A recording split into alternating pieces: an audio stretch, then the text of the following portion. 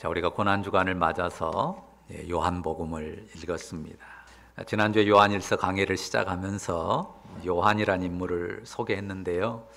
이 요한복음을 쓴 사도 요한이 바로 그 요한일서를 썼던 요한입니다. 자, 예수님의 제자인 요한이 교회를 위해 남긴 기록인데요. 요한일서는 교회에 도움이 되는 그 복음의 내용을 썼다면 요한복음은 예수님의 행적 그리고 예수님 말씀을 직접 기술한 내용입니다.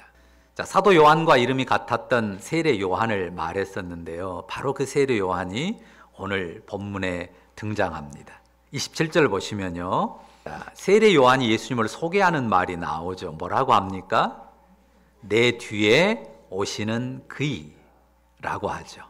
내 뒤에 오시는 그이. 자, 그러면서 자신과 비교를 하는데요. 그 표현이 어떻습니까? 나는 그의 신발끈을 풀기도 감당하지 못하겠노라 합니다.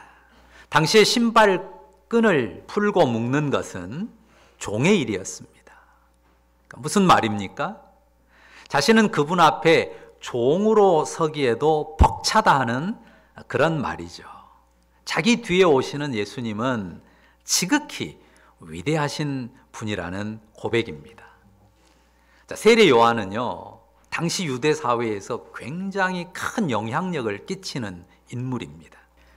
우리식으로 말하면 소위 제야의 지도자예요. 공식적인 어떤 제도권에 들어가서 영향력을 끼치는 사람이 아니고 광야에서 메시지를 전파하고 세례를 주면서 백성들의 시선을 사로잡는, 그래서 온 유대와 주변 여러 곳에서 많은 사람들이 세례 요한에게 나와서 메시지를 들었고 그의 전한 메시지를 따라서 회개의 세례를 받았습니다. 온 유대와 주변 많은 시선이 이 세례 요한에게 집중되었다고 하는 것입니다. 그래서 예루살렘의 실권자들이, 권세자들이 사람을 보내서요, 세례 요한에게 이렇게 묻습니다. 혹시 메시아로 오신 분이 맞습니까? 그렇게 묻는단 말이죠. 굉장한 인물로 평가를 하고 또 그 영향력을 받아들이는 거죠. 본문 29절에 요한이 바로 그 말을 한 그 이튿날의 일이 나와 있는데요. 내 뒤에 오시는 이가 있고 나는 그의 신발끈을 풀기도 감당 못하겠다고 말했던 바로 그 이튿날. 자, 뭐라고 했는지 한번 같이 읽어볼까? 29절 같이 읽습니다. 이튿날 요한이 예수께서 자기에게 나오심을 보고 이르되 보라, 세상 죄를 지고 가는 하나님의 어린 양이로다. 자, 세례자 요한이 예수께서 자기에게 나오심을 보고 외친 말씀입니다. 뭐라고 했습니까? 보라, 세상 죄를 지고 가는 하나님의 어린 양이로다. 보라, 세상 죄를 지고 가는 하나님의 어린 양이로다. 자, 30절도 같이 읽어볼까요? 그 뒤에 30절 같이 읽습니다. 내가 전에 말하기를 내 뒤에 오는 사람이 있는데 나보다 앞선 것은 그가 나보다 먼저 계심이라 한 것이 이 사람을 가리킴이라.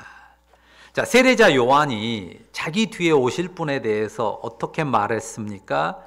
자기보다 앞선 분이라고 했어요. 자기보다 먼저 계신 분이라고 소개를 했습니다. 이 말은요, 이 세상의 존재를 놓고 생각하면 맞지 않습니다. 왜냐하면 출생으로 보면 세례 요한이 예수님보다 앞서거든요. 육체가 이 땅에 태어난 그 출생의 시간으로 하면 세례 요한이 예수님보다 앞입니다. 세례 요한이 예수님을 전혀 몰랐던 예수님을 만났기 때문에 자기보다 더 연배가 높은 줄 알고 말했다거나, 아니면 예수님의 얼굴이 좀 더 나이 들게 보였기 때문에 그렇게 말한 게 아니죠. 나보다 앞선 것, 나보다 먼저 계심. 무슨 뜻입니까? 우리가 요한일서에서 지난주에 살폈고 또 요한복음 서두에서 선포한 내용입니다. 태초부터 있는 생명의 말씀을 언급하는 것입니다. 그분이 영원하신 말씀이다, 하나님의 로고스다 라고 하는 사실을 선포해 주는 것입니다. 앞에 몇 절 올라가서요, 14절을 한번 보시겠어요? 1장 14절. 여기도 한번 같이 읽어볼까요? 같이 읽습니다. 말씀이 육신이 되어 우리 가운데 거하심에 우리가 그의 영광을 보니 아버지의 독생자의 영광이요 은혜와 진리가 충만하더라. 그러니까 태초부터 있는 생명의 말씀, 그 말씀이 육신이 되어 우리 가운데 거하게 됐다는 말입니다. 세례 요한은 예수님 육신에 담긴 그 영원한 생명을 인지하고서 이렇게 고백한 것입니다. 그가 나보다 앞섰다, 나보다 먼저 계신 분이다. 자, 온 유대 땅이 주목하는 세례 요한이라고 했어요. 그런데 그 세례 요한이 이분 앞에서는 자기를 완전히 낮춥니다. 먼저 뭐라고 했어요? 나는 그분의 신발끈을 풀기에도 합당치 못한, 정말 종보다도 못한 사람이다 라고 했을 뿐만 아니라요, 뭐라고 했어요? 나보다 앞서 계신 분이고 그가 영원하신 하나님의 로고스로서 먼저 계신 분이다 라고 그렇게 소개했다는 것입니다. 그러니까 사람들이 이 세례 요한을 보고 저 사람이 메시아가 아닐까? 하나님이 이 세상에 보낸 구원자가 아닐까라고 생각했을 정도란 말이죠. 그런 그가 자기와는 비교할 수도 없이 높고 위대한 분으로서 예수님을 소개한단 말이죠. 생각해 보세요. 그러면 그런 분의 이미지, 그 모습은 어떻게 그려져야 될까요? 우리가 카툰이라고 하잖아요. 카툰으로 그린다면 그 이미지는 어떤 이미지를 사용해야 될까요? 보통 카툰에 동물 이미지 쓰잖아요. 메시아로 여겨지는 세례 요한보다 더 크고 위대한 그분의 이미지라면 사자나 호랑이나 아니면 공중의 제왕인 독수리, 뭐 이런 이미지로 그려져야 될 것 같은데요. 세례 요한은 아주 의외의 이미지로 예수님을 소개합니다. 어떤 이미지요? 양의 이미지로, 그것도 어린 양의 이미지로 자기가 신발끈을 풀고 묶기에도 합당치 못하다고 자기를 그렇게 낮추고 영원 전부터 계시는, 시간 전에 계신 분이라고 소개한 그분을 그려준단 말이죠. 29절을 다시 한번 읽어볼까요? 이튿날 요한이 예수께서 자기에게 나오심을 보고 이르되 뭐라고 합니까? 보라, 세상 죄를 지고 가는 하나님의 어린 양이로다. 짐승 중에서 세상 순하고 약한 것이 양입니다. 그런데 세례 요한은 왜 예수 그리스도께 이 여린 동물의 이미지를 부여할까요? 세례 요한이 혼자 묵상하고 연구해 보니까 이 이미지가 합당할 것 같아. 그래서 자기가 새로 고안해낸 컨셉일까요? 아닙니다. 어린 양은 이스라엘 사람들이 아주 잘 아는 구약 제사의 이미지예요. 자, 보라, 세상 죄를 지고 가는 하나님의 어린 양이로다 했는데요. 아까 말씀드린 것처럼 메시아로서 세례 요한보다 먼저 영원 전부터 시간 전에 계신 로고스라고 말하기에는 너무 어울리지 않는 이미지 같습니다. 하지만 이 이미지가요, 그분이 세상에 오심을 위해 준비한 하나님의 그림이에요. 그러니까 이스라엘 백성들 가운데 그들이 잘 아는 구약 제사에서의 어린 양의 이미지는 하나님께서 이 세상에 보낼 구원자를 준비시키는 그림이에요. 자, 예수님을 봤을 때요, 예수님을 봤을 때 세례 요한의 심장을 사로잡은 이미지가 바로 구약 성경 제사에 나오는 그 어린 양의 이미지였어요. 세례 요한이 고안해내고 그가 하나의 컨셉으로 새롭게 제안한 게 아닙니다. 성령께서 이 세례 요한의 마음에, 눈에 그 이미지와 예수 그리스도가 겹치도록 그렇게 역사한 것입니다. 자, 어린 양의 희생 제사는요, 구약의 율법이 성문화되기 이전부터 내려오는 전통입니다. 우리가 아브라함을 알잖아요. 아브라함과 이삭이 모리아 산으로 갈 때 그 장면을 아시는 분들이 있을 거예요. 어린 이삭이 자기 아버지에게 이렇게 물어봐요. 번제할 어린 양은 어디 있나이까? 무엇을 알 수 있습니까? 이미 아브라함 시대부터 어린 양으로 번제를 드리는 흐름이 있어 왔다고 하는 거죠. 번제라는 말 자체가 이해가 안 되는 우리 어린이들도 있을 수 있으니까요. 자, 번자는 태울 번자예요. 한자로 태울 번자. 태워드리는 제사다. 그래서 번제예요. 화제라는 말로 쓰이기도 합니다. 불화자 써서 불로 태워서 드리는 거예요. 어린 양을 잡아가지고 그거를 조각을 내가지고 전부 불에 태워 드리는 것이 번제입니다. 자, 어린 양과 연관해서는 이 번제의 이미지가 있고요. 또 세상 죄를 지고 가는 하나님의 어린 양, 그 이미지를 더 극명하게 보여준 사건이 있습니다. 뭡니까? 출애굽기에 나오는 어떤 사건이요? 유월절 사건입니다. 하나님께서 이집트에 죽음의 재앙을 보내시거든요. 그 죽음의 재앙은 이집트 모든 집에 각각 집의 장남들, 장자를 전부 죽이는 그런 심판입니다. 그 이집트 땅에 있는 이스라엘도 예외가 되지는 않습니다. 대신에 하나님께서 이스라엘 자손들에게는 그 죽음의 사자를 피할 방법을 알려주셔요. 그게 바로 어린 양입니다. 자, 1년 된 수컷 어린 양 한 마리를 잡도록 합니다. 그리고 그 어린 양을 잡을 때 피를 받아가지고 그 피로 그 집 문 밖에 좌우 문 설주, 그러니까 좌우의 문 기둥, 그리고 인방이라고 하거든요. 위에 두 기둥 사이에 가로 놓인 그 기둥, 그 세 곳에 그 피를 바르게 합니다. 그리고 문 밖에 그렇게 피를 바를 뿐만 아니라요, 그 잡은 양 고기를, 어린 양 고기를 구워서 그 집안에 있는 모든 사람들이 먹는데 무교병, 그러니까 발효되지 않은 딱딱한 빵과 쓴 나물과 함께 먹게 합니다. 양고기가 어느 정도 됐을까요? 조금일까요? 충분하게 많일까요?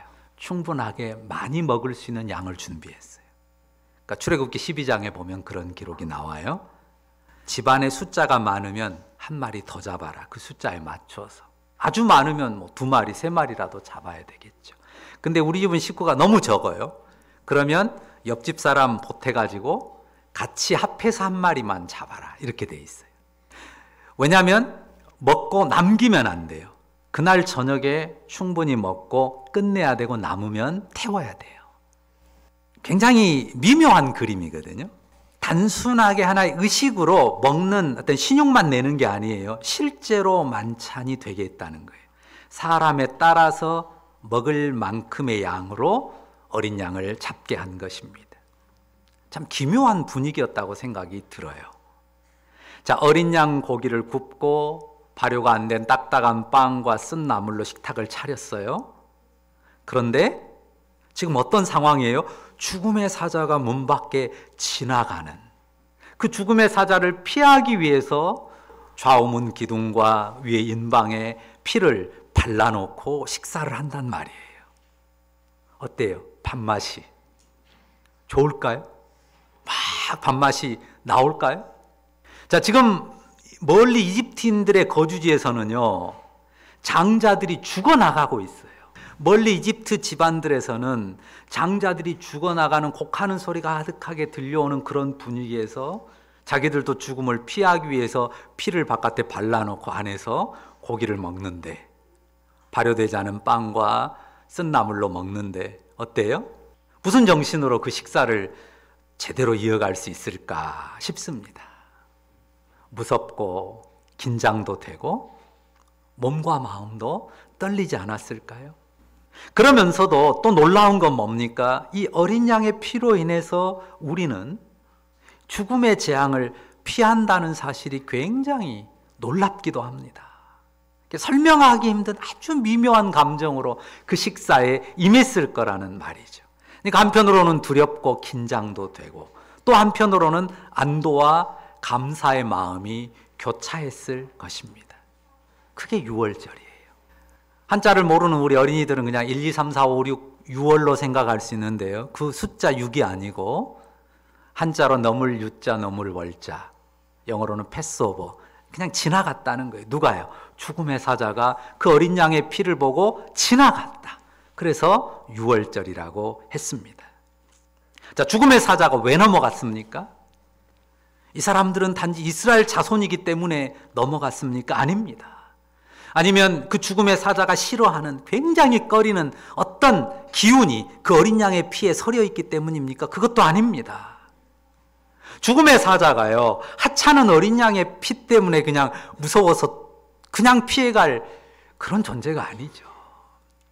하나님께서 그 어린 양의 피로 이 집안의 장자는 죽었다는 표식으로 정하셨기 때문입니다. 이 집은 이미 죽음의 값을 치른 집이야 라고 그렇게 알고 넘어가라고 하나님이 죽음의 사자에게 시켰기 때문입니다. 죽음의 사자는 그걸 보고 넘어간 것입니다. 이스라엘이라는 존재 자체가 죽음을 피할 권리를 가진 게 아니에요. 죄로 인한 죽음의 저주를 피할 권리를 이스라엘 핏줄 그 자체가 가진 게 아니고요. 또한 어린 양의 피 역시 어린 양이 무슨 대단한 신비한 힘을 그 피 속에 가지고 있는 것도 아닙니다. 이스라엘 자손 역시 하나님의 진노 저주를 피할 수 없는 인생입니다. 하나님께서 그들에게 은혜 베푸시기로 정하셨어요. 그 죄를 어린 양의 피 흘림으로 대신하도록 하나님께서 허락하셨기 때문입니다. 본문 표현대로 하면 그 어린 양이 대신 죄를 지고 간 거예요. 그 어린 양이 이스라엘 자손의 죄를 대신 지고 간 거예요. 죄값을 치른 거예요. 다시 말씀드리지만 어린 양의 피라고 그 자체에 무슨 희한한 힘이 있는 게 아닙니다. 죽음의 형벌이라고 하는 것은 그 무엇으로도 대신할 수 없습니다. 하나님께서 1년 된 어린 양의 희생으로 그것을 대치하도록 허락해 주신 것입니다. 아까도 말씀드렸어요. 이 어린 양 희생의 이미지가 구약의 제사제도 안에 있는 또 출애굽에 있었던 이 어린 양 희생의 이미지가 하나님께서 온 세상 구원을 위해 준비한 그림이에요. 1년 된 어린 양으로 드리는 번제는요, 이스라엘이 항상 매일 행하는 일이에요. 자, 상번제라고 있습니다. 항상 상자를 써서 상번제라고 하는데요. 매일 어린 양 1년 된 수양 2마리로 제사장이 성소에서 제사를 드려요. 이스라엘 자손들은 보지 못하죠. 그래도 이스라엘의 성소에서는 항상 매일 2마리의 1년 된 어린 양을 번제로 드립니다. 그것을 예수님 때까지도 꾸준히 이어왔어요. 그리고 그때까지 늘 이스라엘 자손들이 반복해 왔던 절기가 유월절이에요. 매년 1월, 이스라엘 달력으로 1월에 이 유월절 절기를 지켰는데 그때마다 1년 된 어린 양을 잡아서 그것으로 유월절을 기억하면서 자신들의 죄를 지고 간 그 어린 양 안에서 하나님을 경배했다는 말입니다. 이 이미지가 세상 구원을 위해서 준비한 하나님의 그림이에요. 이것을 세례 요한이 선포한 거예요. 그러니까 그 어린 양의 이미지가 세상의 구원자 태초부터 있는 말씀의 이미지로 합당하지 않은 것 같지만 하나님께서 인류 구원을 위해서 준비해 왔던 그 그림이 바로 어린 양의 희생의 그림이기 때문에 가장 적절한 이미지이고 그것은 세례 요한이 고안한 이미지가 아니라고 하는 것입니다. 여기 하나님의 어린 양이라는 말은 하나님이 준비한 어린 양이에요. 하나님이 준비한 어린 양이 세상의 죄를 감당합니다. 영원한 하나님의 로고스께서 육신을 입고 세상에 오셔서 세상 죄를 속하는 희생양이 되십니다. 하나님께서 이 선포를 선지자 세례 요한의 입술에 담아서 외치게 하신 것입니다. 이 선포대로 예수 그리스도는 6월절에 어린 양으로 죽으십니다. 이 세례 요한의 선포가 있고 그 다음 6월절, 다음 6월절, 세 번째 6월절에 예수님께서 십자가에 피를 쏟으십니다. 그 어린 양이 세상 죄를 지고 가셨습니다. 그 흘린 피로 세상 죄를 감당하셨습니다. 우리가 하나님의 어린 양으로 임하신 그분을 믿으면요, 우리 영혼에 그리스도의 피가 뿌려지고 사망의 저주가 지나갑니다. 6월, 패스오버, 죽음의 권세를 벗어납니다. 여러분의 영혼에 그 유월절 어린 양의 피가 뿌려져 있습니까? 그 어린 양을 자신의 구주로 믿으십니까? 우리가 그 어린 양을 믿는 것입니다. 좀 전에 참 기묘한 식탁의 분위기였을 거라 말했었죠. 무섭고 긴장도 되지만 또 어떤 마음으로 그 어린 양 구운 고기를 먹어요? 무섭고 긴장도 되지만 두려움에 잠겨가지고 그냥 마지 못해서 먹어야 할까요? 긴장은 되지만 그래도 감사함과 기쁨으로 먹는 모습이어야 될까요? 여러분이라면 어떨 것 같습니까? 우리는 여러 가지 모습일 수 있는데 하나님은 이스라엘이 그 유월절 만찬을, 그 식탁을 어떤 마음으로 받기를 원하실까요? 죽음의 재앙이 주변에 퍼져 있는 그런 상황이죠. 그런 가운데서도 놀라운 은혜를 덧입었잖아요. 그러니 죽음을 벗어난 은혜, 그 덧입은 은혜에 대한 감사와 기쁨으로 식사하기를 바라셨을 거예요. 그리고 그 식사를 제대로 해야 되는 이유가 또 있어요. 그 유월절이 끝이 아니거든요. 그 유월절 뒷날은 무엇의 시작이에요? 출애굽의 시작이에요. 그 유월절 뒷날은 이제 이스라엘이 자유를 향한 자유인으로서 행진하는 첫 출발을 하는 날이란 말입니다. 그러니까 힘있게 일어나야죠. 우리가 주 예수 십자가 그 피 흘림과 죽음 어떻습니까? 가슴 저미는 일이죠. 그런데 그 고난주간은 그냥 슬픔에 잠겨서 예수님 고난에 대한 슬픔으로 보낼 기간이 아니에요. 그분이 얼마나 힘들게 고통받으셨을까. 우리 안에 아련한 아픔과 슬픔도 있을 수 있지만요, 이 고난주간은 부활 생명과 자유의 행진으로 나갈 힘을 모으고 축적하는 시간이에요. 그러니까 그 미묘한 유월절 만찬이라는 표현이 적절한 것 같아요.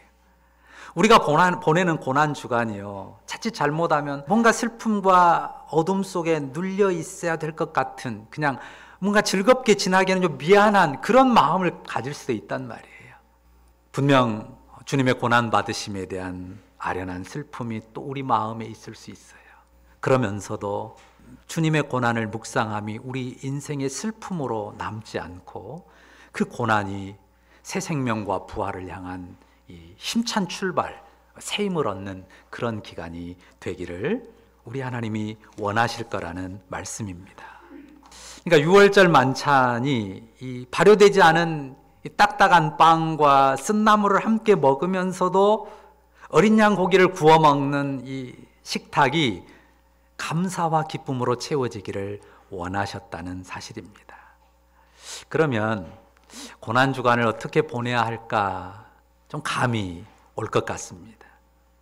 고난주간뿐만이 아니죠.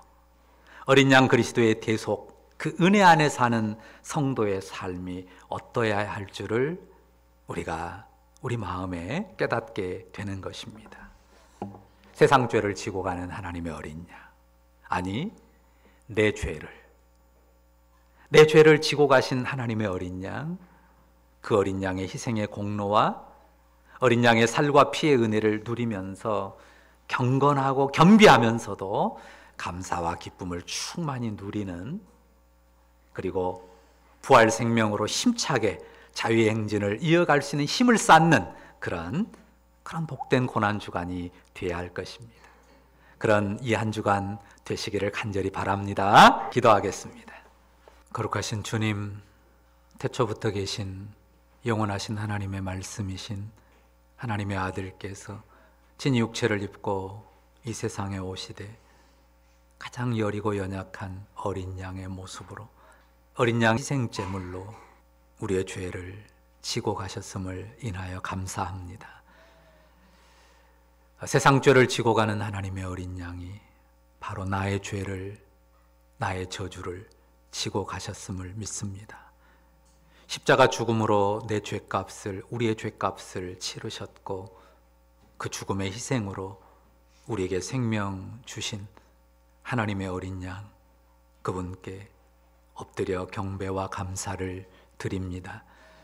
그 주님의 고난받으심을 기억하는 한 주간, 우리가 정말 겸비하고 긴장하고 두려워하면서도 또 한편으로 정말 감격하고 감사하며 기뻐하는 기쁨이 영혼에 가득 채워지는, 그리고 새 힘을 얻고 힘차게 전진하는, 부활의 생명으로 힘차게 나아가는 이 한 주간 또한 우리의 모든 삶의 여정이 되게 하여 주옵소서. 예수님의 이름으로 기도합니다. 아멘.